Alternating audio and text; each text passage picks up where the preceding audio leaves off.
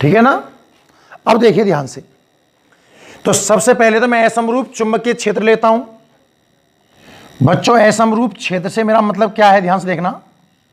समरूप में तो मैं कुछ क्षेत्र ऐसा बनाया करता था कि ये जो क्षेत्र है हर जगह बराबर बराबर गैप, ये तो है समरूप,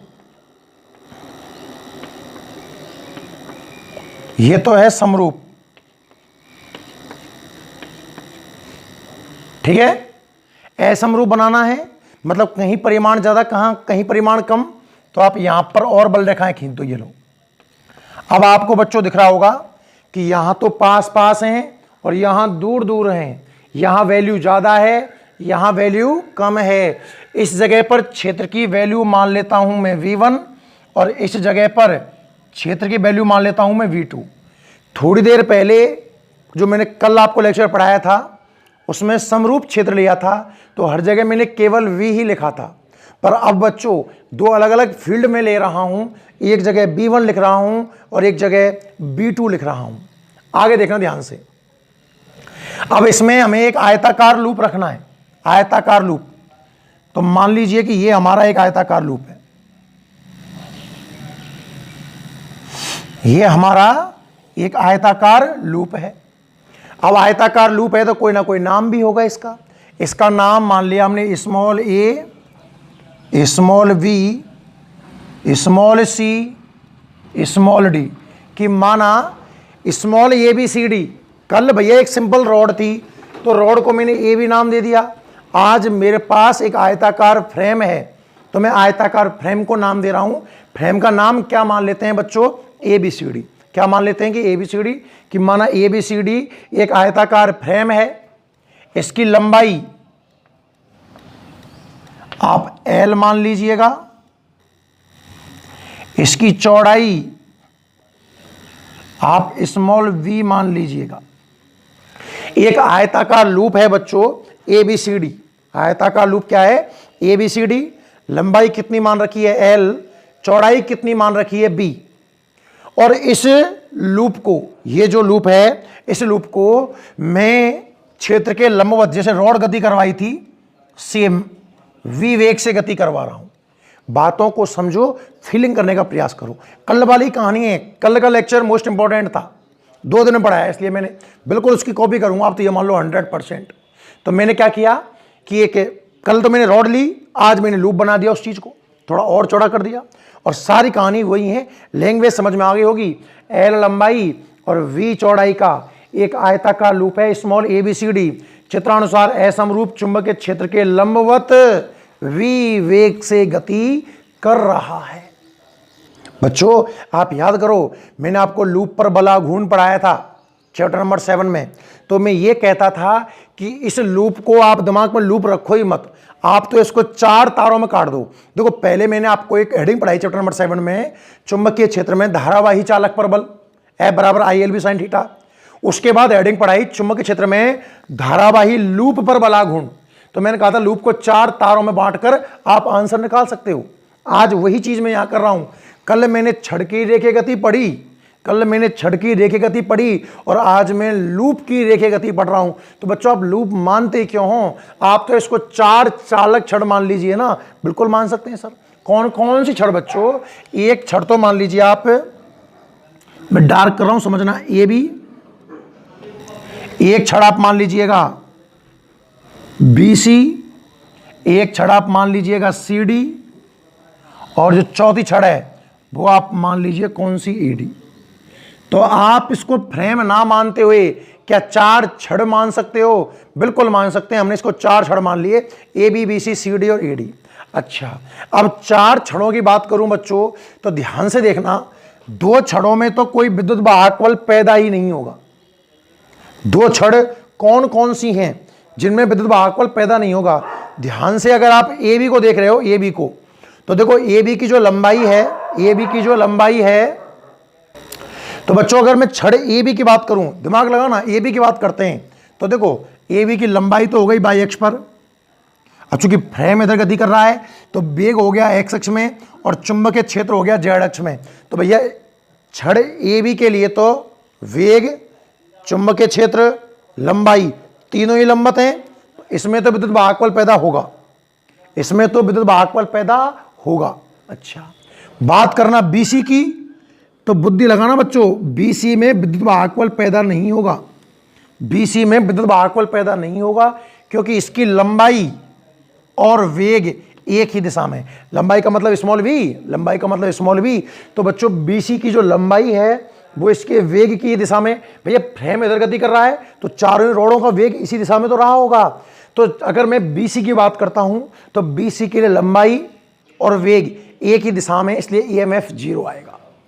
फिर सेम डायलॉग किसके लिए अप्लाई कर दोगे आप? CD के लिए। बिल्कुल, CD के लंबाई, चुंबकीय क्षेत्र और वेग तीनों लंबत हैं, तो इसमें बनेगा, इसमें बनेगा, इन दोनों में EMF पैदा नहीं होगा। यह बात समझ में आई कि नहीं आई? पहले तो आप ये देखिए, एक लूप गति कर रहा था, हमने बिल्कुल कल की हेडिंग तोड़ दी।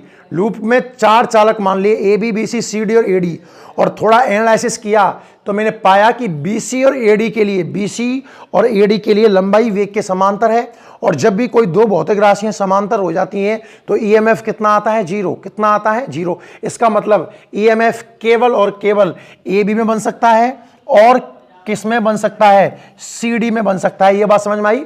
तो मैं चर्चा 4 रॉडों की ना कर केवल 2 ही रॉड की करूंगा, और वो दोनों रॉड कौन कौन सी होंगी? एक तो होगी AB और एक होगी CD। कहानी क्लियर है? अच्छा, इनकी क्यों नहीं करेंगे, समझ गए ना? क्योंकि इनकी बात करना ही बेकार है, इसमें तो EMF पैदा ही नहीं हो रहा है। कल मैंने आपको एक घन वाला क्वेश्चन कराया था, सेकंड वाला, उसमें 12 भुजाएं थी, 4 तो वेग की वजह से 0 हो गई थी, 4 चुंबकीय क्षेत्र की वजह से 0 हो गई थी, तो उनकी तो बात ही नहीं की थी। जो 0 नहीं है उसकी बात करेंगे। मतलब मुझे केवल 2 रॉड का अध्ययन करना है, ये बात आपको समझ में आ जानी चाहिए। एक तो AB की चर्चा करूंगा और एक बात करूंगा CD की। अच्छा बच्चों, अब आगे देखते हैं। जब ये फ्रेम गति कर रहा है तो कुछ समय बाद, मान लो डेल्टा T समय बाद, कोई भी समय लग गया होगा, थोड़ा सा फ्रेम आगे बढ़ जाएगा, तो ये जो छड़ है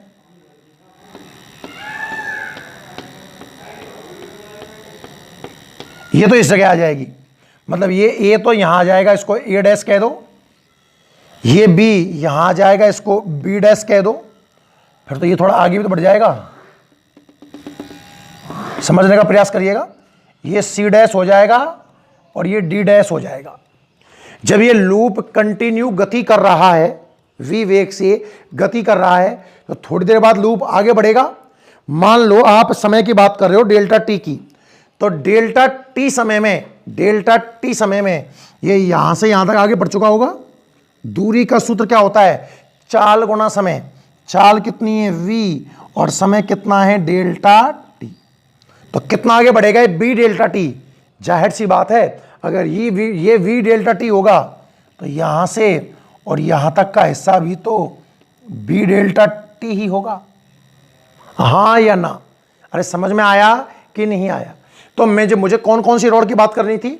एक तो AB की बात करनी थी और एक CD की बात करनी थी। ध्यान से देखना, मैं बात कर रहा हूं चालक छड़ AB का चुंबकीय फ्लक्स। AB के फ्लक्स में कुछ ना कुछ परिवर्तन आया होगा भाई। रॉड यहां से यहां तक आई है ना, चुंबकीय फ्लक्स लिख दो आप। चलो, चुंबक AB का चुंबकीय फ्लक्स, क्या इसको 5V1 नाम दे दिया जाए? चुंबकीय फ्लक्स क्या है, इसलिए 5V। पहली रॉड मान लो, इसको दूसरी मान लेंगे, इसलिए 5V1। फाई का सूत्र क्या होता है बच्चों? फाई का नॉर्मल सूत्र है BA cos थीटा। चुंबकीय फ्लक्स का नॉर्मल सूत्र क्या बताया मैंने आपको? BA cos theta. अप्लाई करते हैं।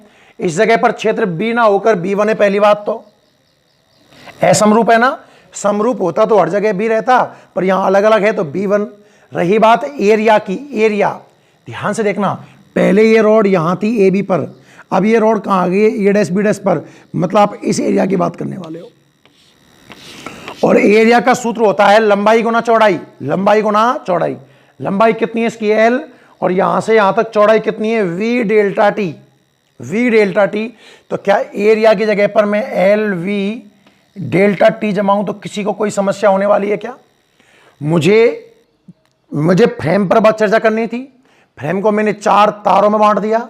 2 तारों की तो बात ही नहीं करूंगा, क्योंकि उनमें ईएमएफ कितना है, 0। केवल 2 ही तार की बात करूंगा, ए बी की और सी डी की। पहले मैंने चर्चा ए बी से स्टार्ट की। तो भैया चुंबकीय फ्लक्स निकालने का तरीका है B A cos theta, phi B one नाम दिया, नॉर्मल नाम है बी वन। एरिया समझ में आ गया होगा।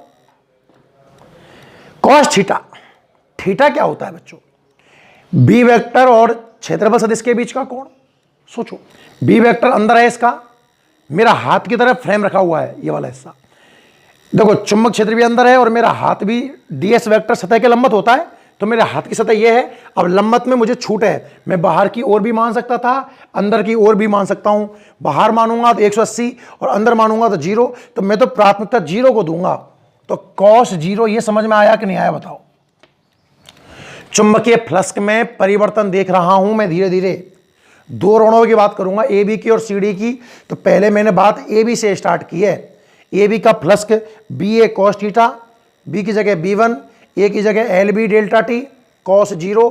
थोड़ी कहानी को आगे बढ़ाऊं बच्चों, तो फाई वी वन की वैल्यू आ गई V one L B delta T, क्योंकि कॉस 0 की वैल्यू कितनी आती है, 1।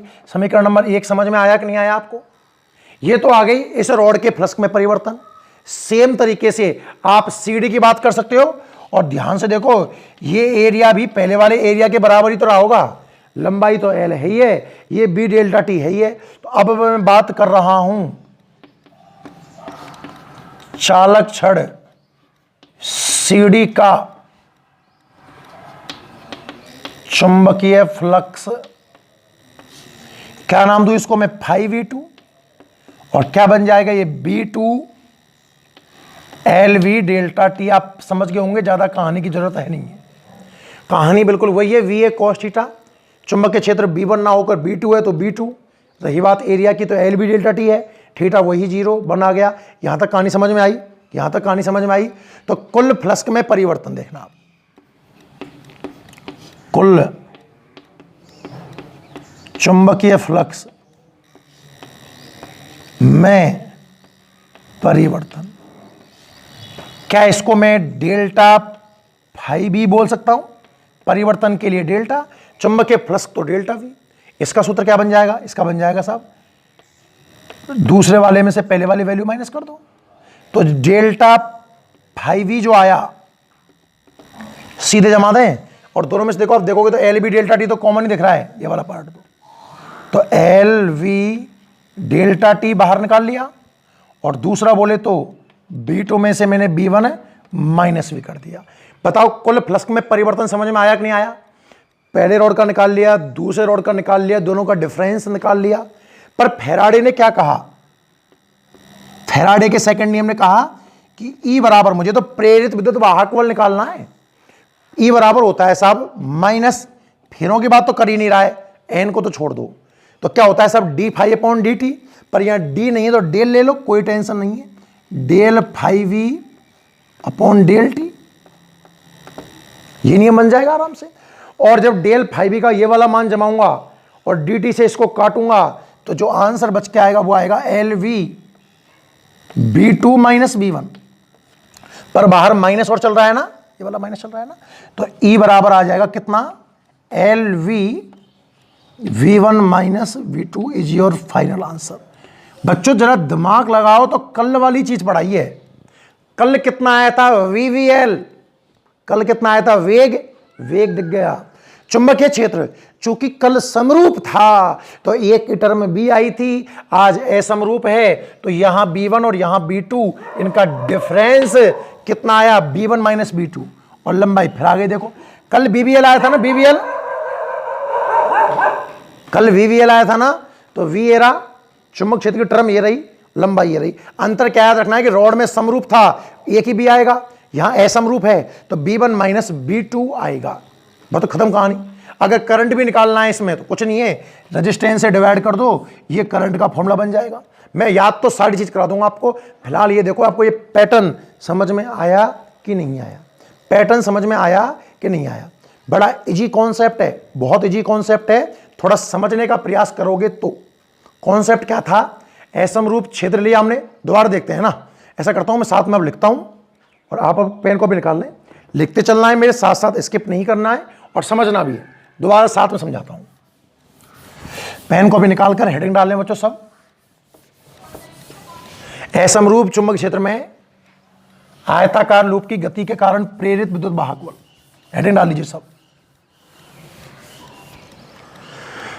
असमरूप क्षेत्र में आयताकार लूप की गति के कारण प्रेरित विद्युत वाहक बल। तो आपने एक असमरूप क्षेत्र माना, पहले आप पहले डायग्राम बनाए साइड में, इस साइड में बनाना ना, मैं यहां बना रहा हूं, आप पन्ने साइड में पहले डायग्राम बनाए, दिमाग में आया कि असमरूप चुंबक क्षेत्र है, अच्छा तो असमरूप, पहले समरूप बना लो आप, तो ऐसा करो। समरूप मतलब ये जो क्रॉस के चिन्ह मेरे साथ साथ बनाइए बच्चों, क्रॉस के जो चिन्ह हैं वो बराबर दूरी पर होने चाहिए समरूप में। तो और असमरूप अगर बनाना है तो इन क्रॉसों को पास पास बना दो, बस इतना ही पर्याप्त है। अब आपको डायग्राम में क्लियरली समझ में आएगा कि क्षेत्र कैसा है, असमरूप है, कैसा है, असमरूप है, ठीक है ना। तो यहां वैल्यू रख दो आप V1 और यहां वैल्यू रख दो आप V2। एक असमरूप क्षेत्र है, ठीक है। आयताकार लूप लेना है तो आप एक आयताकार लूप बनाओ, इसके अंदर चलो, ज्यादा हो जाएगा, इतना ही ले लो, क्यों आगे भी तो बढ़ाना है ना इसको भी। तो ये हमने साहब आयताकार लूप ले लिया। आयताकार लूप का नाम रख दो कुछ भी जो आपको अच्छा लग रहा हो, A V C D। आयताकार लूप में लंबाई और चौड़ाई होना जरूरी है, तो लंबाई मान लो कुछ है, किसी भी तरह को कुछ भी मान लो, कोई फर्क नहीं पड़ता, इसको मानना पहले, क्योंकि ये तो मैंने काम किया तो काम की नहीं है। और चौड़ाई को मान लिया आपने स्मॉल b। यहां तक कहानी समझ में आई। असमरूप क्षेत्र लिया, आयताकार लूप रखा, गति करवाओ इसकी, तो बच्चों ये v वेग से इधर गति कर रहा है, v वेग से गति कर रहा है, और मुझे प्रेरित विद्युत वाहक बल निकालना है। डायग्राम उम्मीद करता हूं आप सभी को समझ में आ गया होगा, ठीक है। तो अब आप थोड़ी लैंग्वेज लिखिए इसमें, लिखो मेरे साथ साथ कि माना L लंबाई कॉमा स्मॉल v चौड़ाई का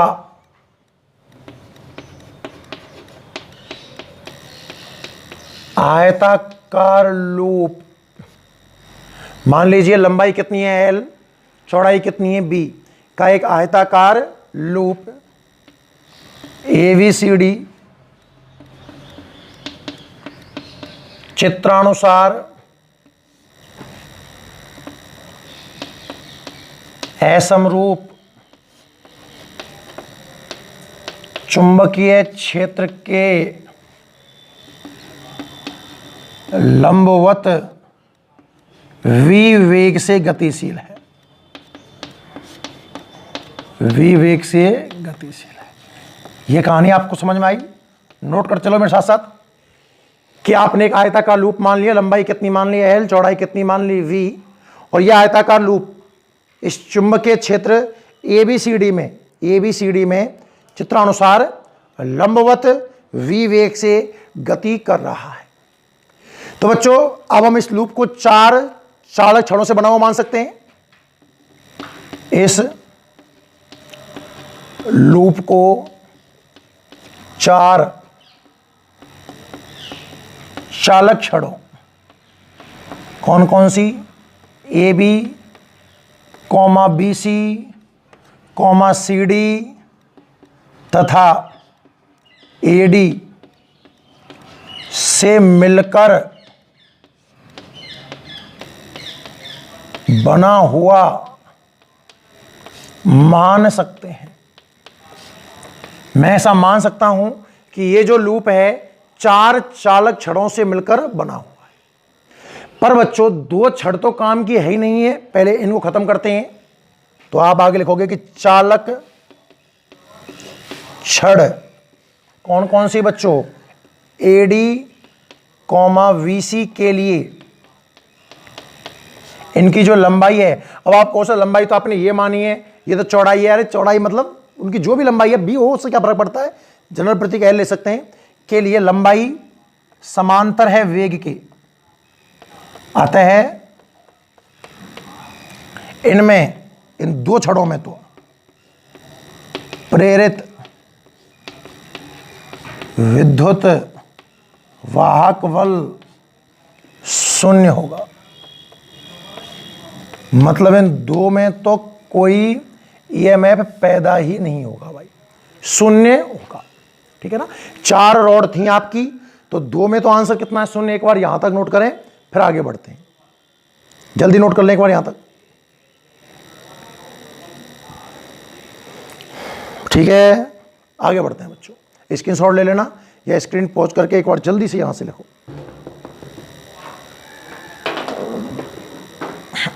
आगे देखिए, साफ कर रहा हूं। अब हमें चर्चा कौन कौन सी रोड पर करनी है? अब हमें चर्चा कौन कौन सी रोड पर करनी है बच्चों? एक तो ए बी पर और एक बी सी पर, सही है, सॉरी सी डी पर। ए बी पर और सी डी पर। कुछ देर बाद बच्चों ये लूप आगे बढ़ेगा। डायग्राम पूरा करो चलो। ये रोड थोड़ा सा आगे खिसक जाएगी, इसको मान लो ए डैश, इसको मान लो वी डैश, ये बन जाएगा बच्चों सी डैश और ये बन जाएगा डी डैश। कितना आगे खिसकेगी? दूरी 4 गुना समय, तो वी डेल्टा टी। तो बच्चों ये भी जाहिर सी बात है, वी डेल्टा टी ही खिसकेगा, है ना। तो अब मुझे बात करनी है रॉड ए बी की। किसकी बात करनी है? रॉड ए बी की। तो मैं लिखूंगा चालक छड़ ए बी का चुंबकीय फ्लक्स, मतलब मुझे चुंबकीय फ्लक्स का मतलब 5V ए बी का निकालना है। इसको 1 नाम दे दें क्योंकि यहां पर वैल्यू V1 है। फ्लक्स का सूत्र क्या होता है बच्चों? B A cos theta. तो चुंबकीय क्षेत्र कितना है इस जगह पर? B1। बात करूं अगर मैं एरिया की, तो लंबाई कितनी है L, चौड़ाई कितनी है B डेल्टा टी। मतलब मैं इस एरिया की बात कर रहा हूं, थोड़ा डार्क कर दूं, आप मत करना इस चीज को ऐसे ना। तो ये कितना आ जाएगा? L V delta T cos 0। V A cos theta, theta B vector और एस वेक्टर के बीच कौन था? बी वेक्टर अंदर की ओर है और एस वेक्टर को मैं बाहर भी मान सकता हूं, अंदर भी मान सकता हूं। अंदर माना मैंने, कॉस 0 की वैल्यू 1। तो जो 5V1 निकल के आया वो आया B1 LV डेल्टा टी। समीकरण नंबर 1 नाम दे दो। पहली रॉड ए बी की कहानी हो गई। अब रॉड सी डी की बात करें तो चालक छड़ सीडी का चुंबकीय फ्लक्स। तो इस चुंबकीय फ्लक्स को मैं 5V2 नाम दे दूं और सूत्र क्या बन जाएगा बच्चों? V2 LV delta T. Cos 0 इसमें बन हो गया होगा। इक्वेशन नंबर 2 मान लो। अतः लूप के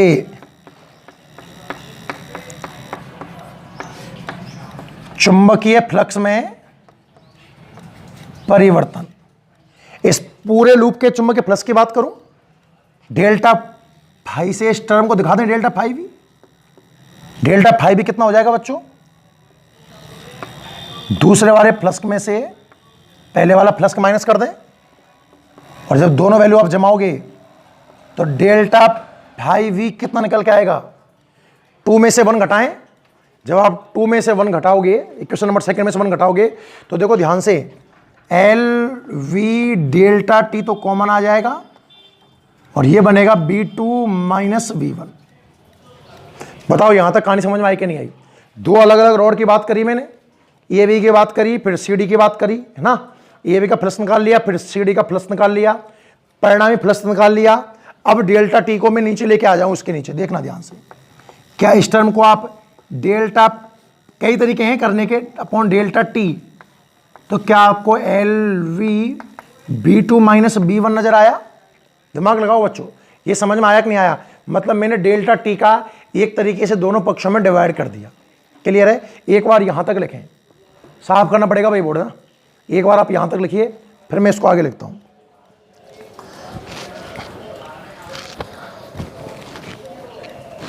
ठीक है,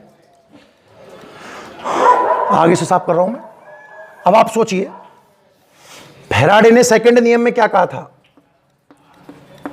फैराडे के द्वितीय नियम से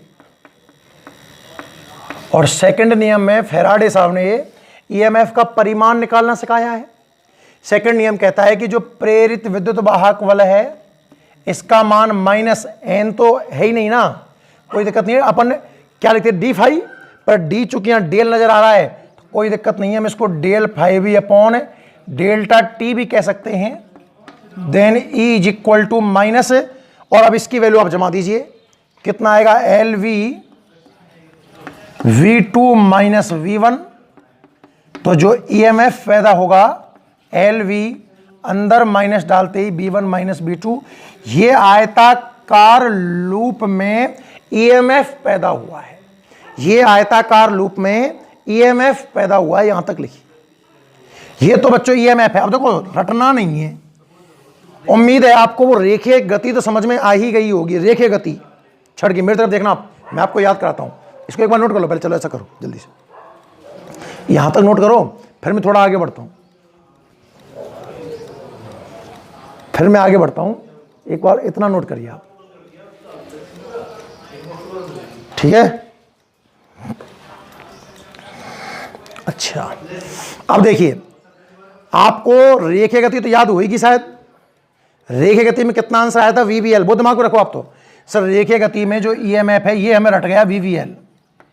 अब कभी एग्जाम में लूप की चर्चा हो जाए, क्योंकि अगली हेडिंग में वापस काम आएगा मुझे, सुनना, तो आप ईएमएफ का सूत्र क्या लिखोगे दिमाग में? वी तो है ही है, एल लिख लो पहले, एल वी, कोई दिक्कत नहीं, वीएल कैसे लिख दो? चुंबकीय क्षेत्र पहले समरूप था तो आपने केवल बी से काम चला लिया। अब असमरूप होगा ना बच्चों, दो है ना, तो आपको B1 माइनस B2, ट्यून तो वही है ना, ट्यून तो वही है ना, वीवीएल वाली, उसी तरीके से लिखना है। ये तो हुआ प्रेरित विद्युत वाहक बल। क्या आप प्रेरित धारा भी निकाल सकते हो क्या? क्योंकि ये काम आएगी आगे। तो प्रेरित धारा की बात करूं आई की, तो आई का फॉर्मूला होता है E अपॉन आर। जो ईएमएफ इंड्यूस्ड हो रहा है उसे अगर रेजिस्टेंस से डिवाइड कर दूं, याद है ना आपको लास्ट हेडिंग, एक दिन पहले आपको मैंने पढ़ाया था, क्या प्रेरित विद्युत धारा, प्रेरित आवेश, वो निकालना सिखाया था, कुछ ऐसे ही पढ़ाया था। तो धारा का जो सूत्र बन के आएगा, इसमें आर से डिवाइड और कर दो तो यह आ जाएगा एल वी अपॉन आर। देखो सूत्र रटोगे तो चक्कर पड़ जाएंगे, भूल जाओगे कंफर्म। मैं जैसे बोल रहा हूं वो याद रखना, आपको याद रखना है बीवीएल केवल, और ये तो आपको याद रखना ही है क्योंकि इस पर डायरेक्ट क्वेश्चन बन सकता है। कई सारे कॉन्सेप्ट में डायरेक्ट काम में आता है बीवीएल, और याद करना भी इजी है बीवीएल। फिर अगर आयताकार लूप में इसको चेंज करवा ले तो वेग लंबाई मत बदलना, चुंबकीय क्षेत्र की जगह B1 माइनस B2 जमा देना, और अगर करंट की जरूरत पड़ जाए तो उसे R से डिवाइड और कर देना। उम्मीद करता हूं कि यहां तक आप भली भांति समझ पाए होंगे। नोट करो जल्दी से यहां तक, ठीक है? फिर आगे देखते हैं। क्लियर? जल्दी नोट करो।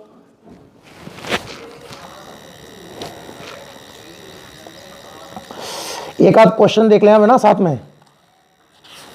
तो एक तो मैं आपको कल करवा चुका हूं 9.7, तो 9.8 देखिए, क्योंकि मैं अगली हेडिंग क्यों नहीं पढ़ा रहा हूं उसका एक लॉजिक बता दूं आपको। आप ये हेडिंग आज पढ़ लोगे ना ढंग से, तो इसी हेडिंग का यूज मैं कल करूंगा ढंग से। तो एक दिन मैं आपको दे रहा हूं इसको पढ़ने के लिए, तब मैं अगली हेडिंग स्टार्ट करूंगा। तो आज जो बचा हुआ समय है उसमें मैं कुछ अच्छे अच्छे क्वेश्चन कराता हूं आपको।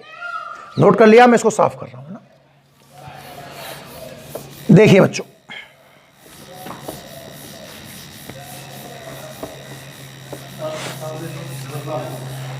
बात करें हम एग्जाम्पल नंबर 9.8 की।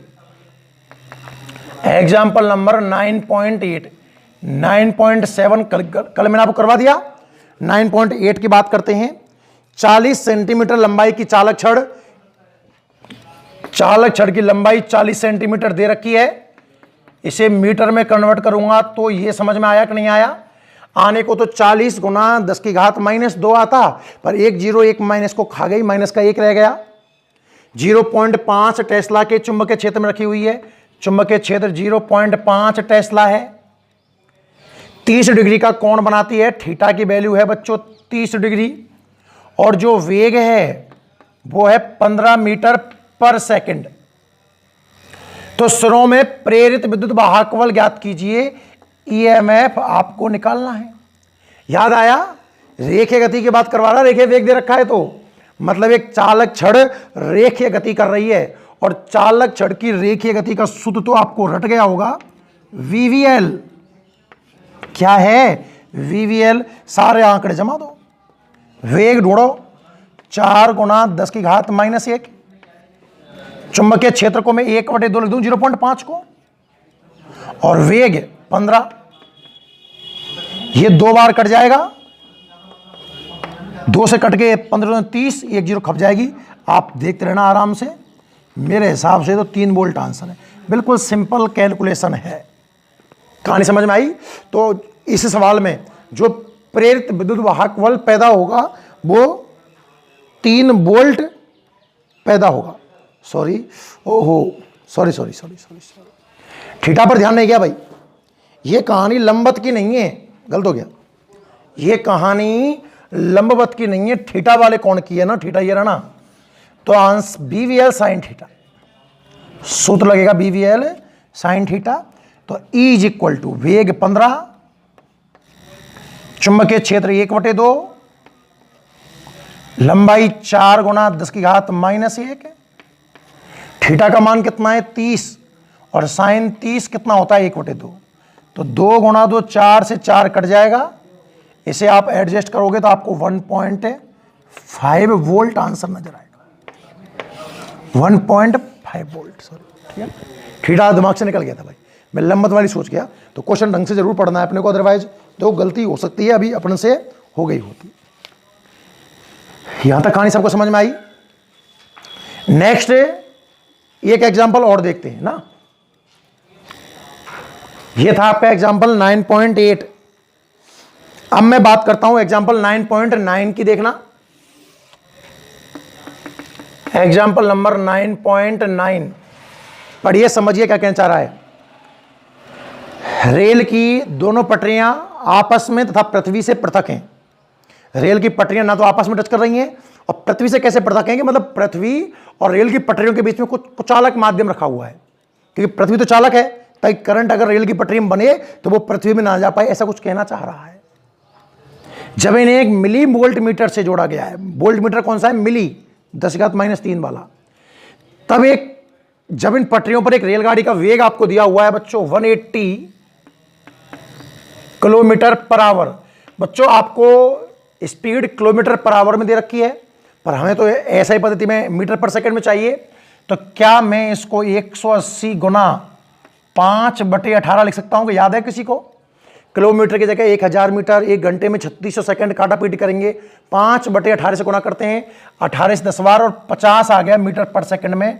यह बात आपको समझ में आई होगी कि स्पीड जो क्वेश्चन में 180 किलोमीटर पर आवर दे रखी है, मैं 180 काम में ना लेकर 50 मीटर पर सेकंड काम में लेने वाला हूं। आगे बढ़िए। मिली वोल्ट मीटर का पाठ्यांक क्या होगा? वोल्ट मीटर का पाठ्यांक चाहिए, याद रखना, मिली वोल्ट मीटर का चाहिए। यह बात मैं आपको आगे याद दिलाऊंगा। पटरियों के बीच की दूरी 1 मीटर है, बीच की लंबाई दे दी, और जो चुंबकीय क्षेत्र काम कर रहा है यहां पर 0.2 गुना 10 की घात -4 टकला है। क्वेश्चन क्या बोल रहा है कि आपको मिली वोल्ट मीटर का पाठ्यांक निकालना है। मिली वोल्ट मीटर का पाठ्यांक निकालना है, मतलब वोल्ट मीटर क्या नापेगा? वोल्टेज, ईएमएफ निकालना है।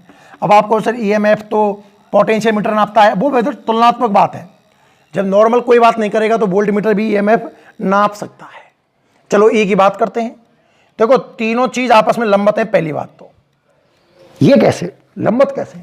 देखो सोचो, अपन ने बनाओ पटरी रेल आ रही है एक दिशा से, पटरियों के बीच की दूरी वेग के लंबत हो गई है ना, और घटक इनमें आपस में भी लंबत हो गया। तीनों चीज लंबत है इस कंडीशन में, तो सूत्र लगेगा वीवीएल। और वैसे भी यार कौन की चर्चा नहीं है ना, आप तो ये समझौता हो, कौन नहीं है तो वीवीएल, सीधी सी बात है, ऑप्शन भी तो नहीं है ना। अब लगा लो आंकड़ा। वेग 50, चुंबकीय क्षेत्र 0.2 गुना 10 की घात -4, और लंबाई 1 मीटर। जरा इसको आगे सॉल्व करके देखूं, देखना ये माइनस, ये 0 इस पॉइंट को खा गया, 5 गुणा 2 कितना आ गया 10, और 10 को वहां सेट करूंगा तो ये आएगा 10 की घात -3 वोल्ट। और -3 को तो मिली लिख सकता हूं ना, मिली में क्यों, क्योंकि volt meter milli volt meter है, तो आंसर मिली वोल्ट में चाहिए। इसका मतलब ये हुआ आंसर आएगा 1 मिली वोल्ट। कितना आंसर आएगा, 10 की घात -3 चला गया ना, तो जब 10 की घात -3 यहां से चला गया तो यहां एक संख्या बची होगी कितनी, 1, तो जो इसका आंसर आने वाला है वो आएगा 1 मिली वोल्ट। क्लियर है बच्चों, अगर आप मिली वोल्ट नहीं लिखते हो, 10 की घात -3 वोल्ट लिख के आते हो तो नंबर कटा हुआ मानना कंफर्म, क्योंकि उसने क्लियरली कहा है कि हमारे पास मिली वोल्ट मीटर है, मिली वोल्ट मीटर है। ठीक है भाई।